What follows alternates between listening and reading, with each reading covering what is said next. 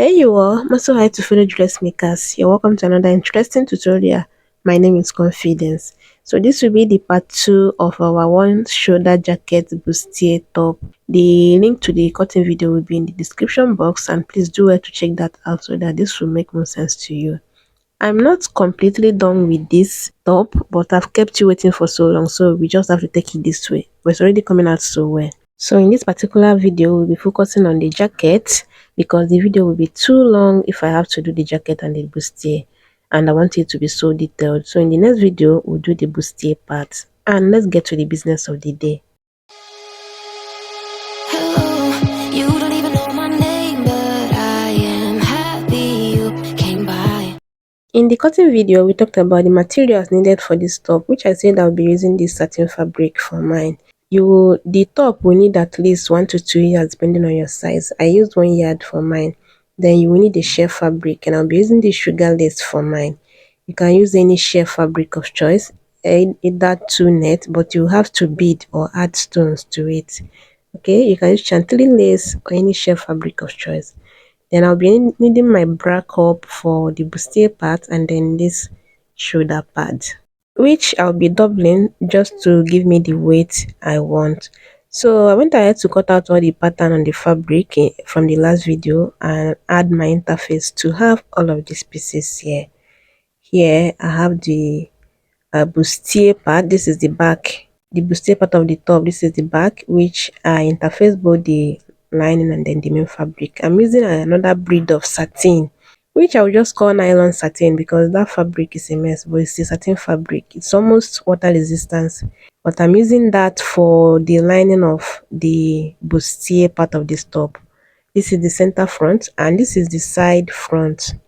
2 fabric and then 2 lining interface with paper stay, and then this is the jacket.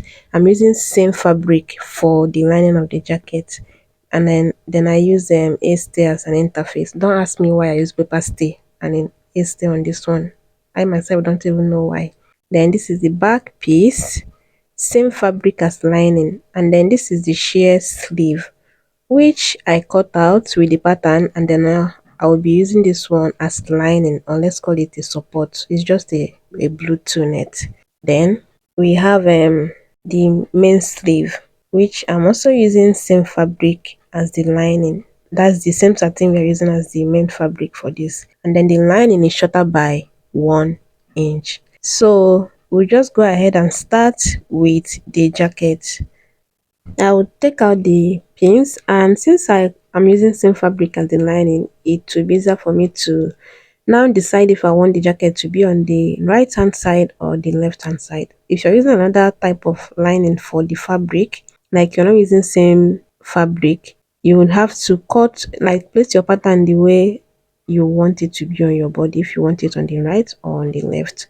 But I want mine to be on the right, so I just marked the part of the fabric that will be going to the right hand side. So that one will be the main fabric and the other one will be the lining. Now I'll go ahead and stitch the bust darts, and there are different ways you can use to make stitching your bust darts easier on the fabric. Either you fold it this way, hold the 2 dart notches together this way, make sure they are aligning, and then you go ahead and iron it out, like iron it flat there, and then you mark out your darts. That's the easiest way to go about it. Another way is you place your pattern on the fabric just the same way you cut it out, like the allowances are there, and then you trace out the dart lines or the dart legs this way. Just stop where the dart stops, but the only advantage here is that it will only reflect on the right side of the fabric and not on the wrong side because of the interface there. So it's just easier that you do the first method if it's your first time, because this method, it's also gives the same result, but it's quite hard for the first timer. I use the first method and now my dart is ready, and the next thing I'm simply going to, okay, I wanted to mention you should iron your dart going to the waist, like the dart allowance, you iron it going to the waist line and not going up. Okay, so the next thing I'm going to do now is to go ahead and place the front on the back this way and then join it on the shoulder. I'll do the same thing for the lining, and I was almost turning, like I was already turning the down part of the back before I remember that I should do this before that. So I'll join the shoulders, and I also ironed it out to have this. Like I ironed the shoulder joining to make it smooth. Now we have the front and then the back, the main fabric and then the lining ready. Now what I'm going to do is to hold the main fabric, like the front and back this way, front and back the main fabric. Then I'm going to take the measurements. I'll measure what I have here. Remember, you're going to divide your measurement by 4 and not by 2, since this is just half of the bodies. Okay, and what I'm going to do now is to mark my half inch on the center to make it very easy for me and accurate. I'll mark the half inch joining allowance. Then from that point, I'm going to mark my 9 inches bust measurement. Then that's like half inch on the side that I'll be using to stitch the bust. I'll go to the waistline and do the same thing. Half inch first. Then I'll take my waist measurement divided by 4 from the half inch this way.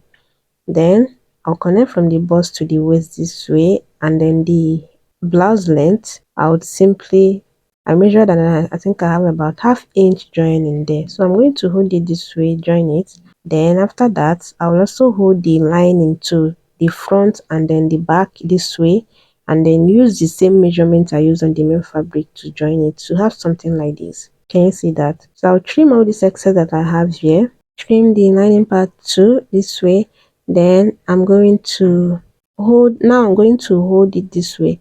Just watch closely, it's not even complicated. Just hold it in a way that you have the front part, both the lining and then the main fabric. Just have this shape that you see mine here, okay? This way, in a way that you have the front part, both the lining and then the main fabric together, the back part, both the lining and then the main fabric. Then I'll stitch it on the down part and on the center front, just this way. You can decide to stitch the back part. I was doing this like I was sewing a jacket. Of course, it's a jacket, but the only difference is that the neckline is open. So just go ahead and also close in the center back. But I'll be doing that later on in this video. Okay.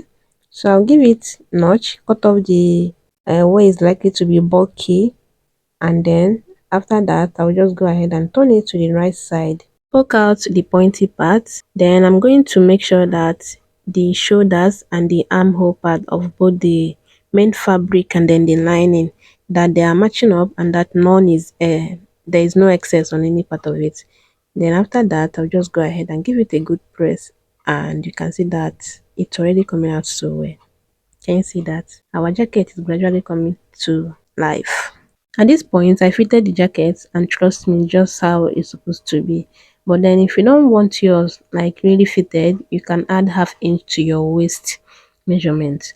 But if you want it as it is on the thumbnail, like the illustration part, remember this is going to be an overlay on the bustier part. So it's just going to be the same measurement with the bustier, so that it will give you that feminine look or that snatched look on the waistline.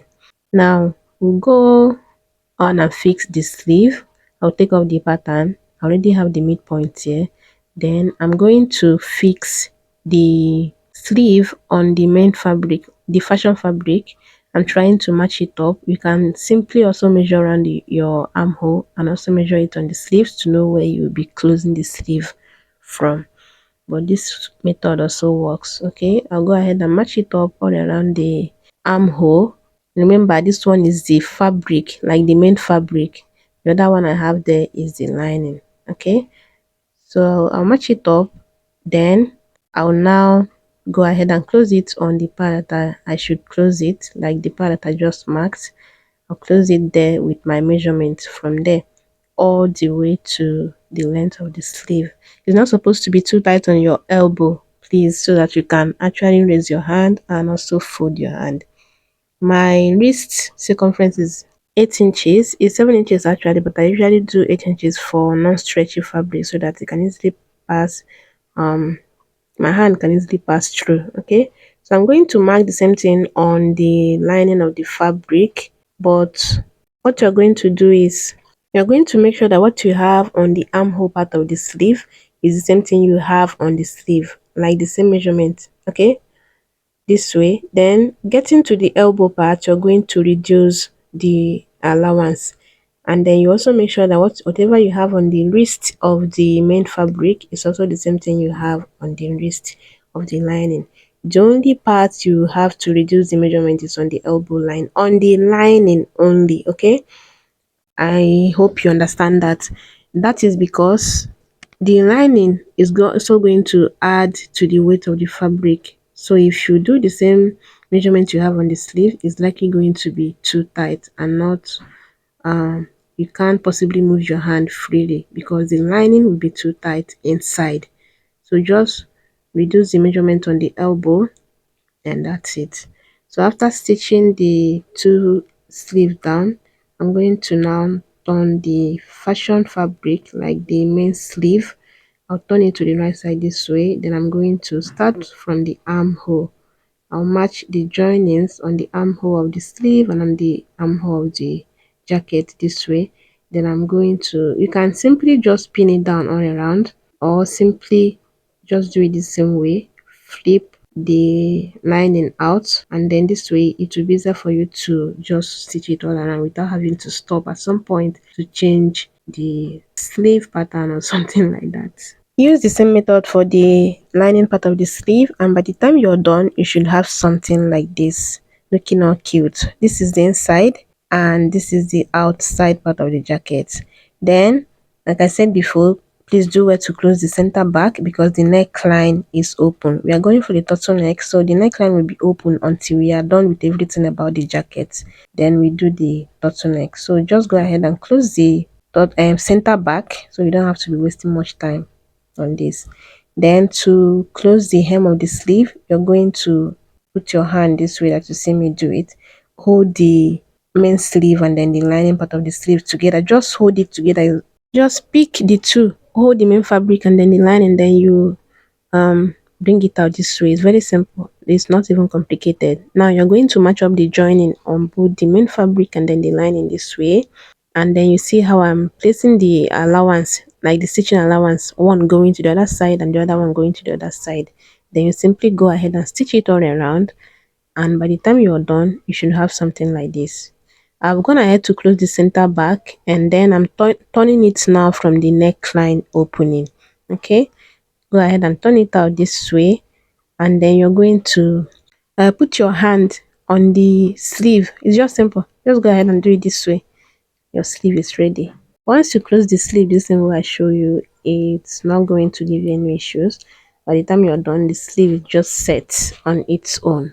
Now I'm going to just arrange it very well. Then I'll go to my ironing table and with the help of my Bustier, I'll iron around the armhole part, iron the center back, and this is what it looks like after all of that. Okay, go ahead and give it a good press and you can see how cute the sleeve came out. Now let's fix the shoulder pad, and to do that I want the shoulder pad going to the lining. So what I'm going to do is to notch this neckline part to help me know that that is the fashion fabric so that I can fix the shoulder pad on the lining.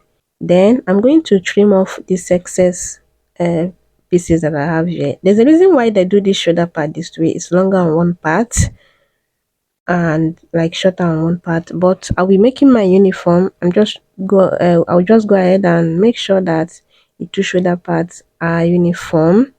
Then I'll get the midpoint. It's nothing serious. You can decide to, if you are familiar with this shoulder pad or going about shoulder pad, just go ahead and do it anyhow you do it at this point. Okay, but I'll be making my uniform like the same shape and size on both sides. Then I'll get the midpoint this way and mark the midpoint. Then after that, you're going to either use gum to hold the two in place or you tack it all around, anyone you want.